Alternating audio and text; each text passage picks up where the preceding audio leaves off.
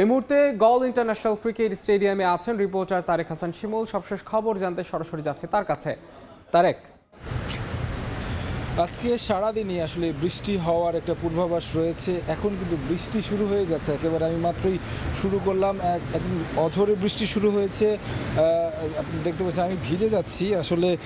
দর্শক দেখতে পাচ্ছেন, আমি যদি একটু আবহাওয়াটা দেখাই এখানে আসলে কি বৃষ্টির মানে প্রকোপটা যদি এখানে দেখায়, আসলে যেভাবে বৃষ্টি এখন শুরু হয়েছে তাতে মনে হয় না যে আসলে বাংলাদেশের পক্ষে অথবা এই ম্যাচটা আসলে মানে মাঠে গড়ানোর সম্ভাবনা রয়েছে শেষ পর্যন্ত।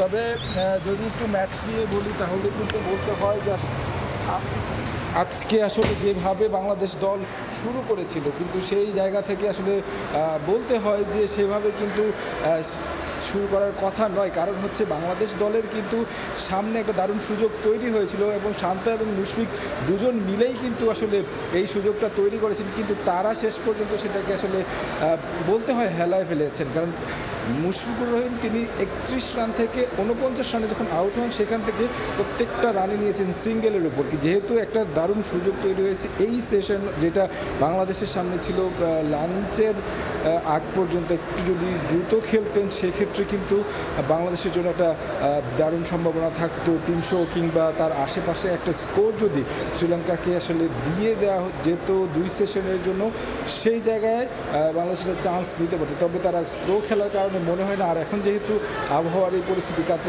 মনে হচ্ছে না আর গল টেস্ট মাঠে গড়াবে। তো আমার কাছে এই ছিল সবশেষ খবর। গল টেস্টের সবশেষ খবর জানাচ্ছিলেন সহকর্মী তারেক হাসান শিমুল।